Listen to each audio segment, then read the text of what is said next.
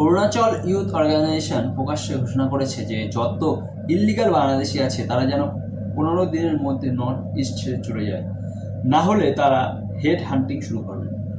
এই হেড হান্টিং শব্দ বন্ধটি আমাদের তথাকথিত সভ্য সমাজে অন্য অর্থে ব্যবহৃত হলেও ভারতের নর্থ ইস্টের এই অর্গানাইজেশন যা বলতে চেয়েছে তা আক্ষরিক অর্থেই বলতে চেয়েছে। আমার জানা সেই যে বাংলাদেশের ভিডিও দেখলেই দেখা যায় যে যেখানে আছে ছাত্রছাত্রী, গরিব বড়লোক, গজে ওঠা রাজনেতা নেত্রী, এরা টপ করে, আবার আমরা 7 সিস্টার নিয়ে নেব বলে ইমোশন থাকতে ভাষণ দেয়। তাদের কি জানা আছে 7 সিস্টার কী জিনিস? 7 সিস্টারের অন্তত 5 সিস্টার মূলত উপজাতি অধ্যুষিত রাজ্য, যেখানকার লোকজন 2 প্রজন্ম আগেও মানুষরা হেড হ্যান্ডিং করতো। আজ কোথাও কোথাও তাদের ঘরের দরজায় মাথায় বন্যপ্রাণীর মাথা কেটে আনে ঝোলে। চলুন, এইসব বললে হয়তো আপনারা ভাববেন গপ্প দিচ্ছি, আপনার বাপেদের জপানিতে শুনিয়ে যায় ইতিহাসের গল্প। 20 নভেম্বর 1971 রাত, কয়েকদিন ধরেই 4-5 গোর্খা রেজিমেন্টের একটি ছোট দল এসে আস্তানা গেড়েছে তৎকালীন পূর্ব পাকিস্তানের সুনামগঞ্জ জেলায় সুরমা নদীর তীরে। দলের নেতৃত্বে আছে লেফটেন্যান্ট কর্নেল অরুণ ভীমরাও হারকিউলার। বাংলাদেশিরা যেহেতু জানে না তাই বলে দিই, ভারতীয় আর্মিতে এমনটাই হয়। মারাঠি অ্যারোলিকারকে দেওয়া হয় উত্তরের গোর্খা আর্মিতে পোস্টিং, দক্ষিণের মাদ্রাজি যায় রাজা রামচন্দ্র কি জয় বলে রাজপুতানা রায় ফেলে, আর আসামের ছেলে জো বলে সো নিহাল বলে পাঞ্জাব রেজিমেন্টে গিয়ে। ইচ্ছে করেই ভারতীয় আর্মির ফ্যাব্রিক এমন রাখা হয় যাতে ভিন্ন ভাষাভাষীর বিশাল দেশের কেউ আর্মিতে কোনো প্রাদেশিকতা না ছড়াতে পারে।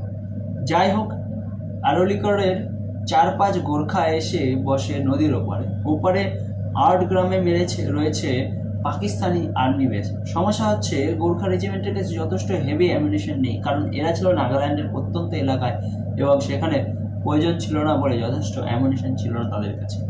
71-এর নর্থ ইস্টে হুড বলতে অ্যামিউনিশন আনাও সম্ভব না, এবং মুক্তিবাহিনীর দেওয়া খবর অনুযায়ী ওপারে পাকিস্তানি আর্মির কাছে প্রচুর আর্ম অ্যান্ড অ্যামিউনিশন আছে।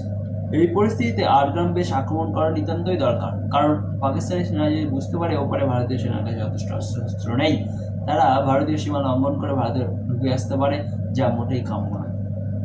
অন্য কেউ হলে কী করতে জানা নেই, কিন্তু এই গোর্খা রেজিমেন্ট যাদের সম্পর্কে জেনারেল ম্যাকেন্স বলেছেন যে কেউ যদি বলে যে আমি মৃত্যুকে ভয় পাই না, তবে হয় সে মিথ্যা বলছে, নয়তো সে গোর্খা। ফলে তারা বসে থাকার লোক নয়। 20 নভেম্বর প্ল্যান করে রাতে আক্রমণ করা হবে মাঝরাতের পরে। আর এই অস্ত্রশস্ত্রের বিরুদ্ধে কীভাবে লড়া হবে, কেন গোর্খাদের কুকরি আছে না, অন্য কিছুর কী প্রয়োজন? ফলে 21 নভেম্বর সকাল হওয়ার আগেই 4-5 গোর্খাদের এই ছোট দলটির মুখে জয় মা কালী, আয় গোর্খালি যুদ্ধের নিনাদে সুরমা নদীর তীরে মুখরিত করে এবং হাতে কুর্কি নিয়ে ঝাঁপিয়ে পড়ে পাকিস্তানি বাহিনীর।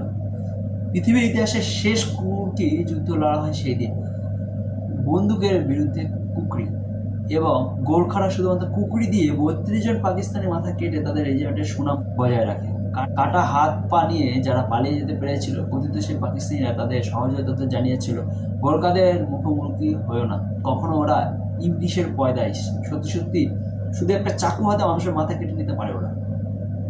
ফলে শান্ত থাকুন, শান্তি রাখুন যতদিন পারেন। গোর্খারা কুকরি হাতে পাকিস্তানিদের বন্দুকে পড়া না করে যে রাতের অন্ধকারে 32টি মাথা নিয়েছিল, আপনারা কি 7 সিস্টার নেবেন? জমিতে পা রাখা তো দূর, আঙ্গুল রাখলেও কয়েকশো মাথা অবিরলায় দিয়ে চলে যাবে, আপনাদের ধারণাতেই নেই।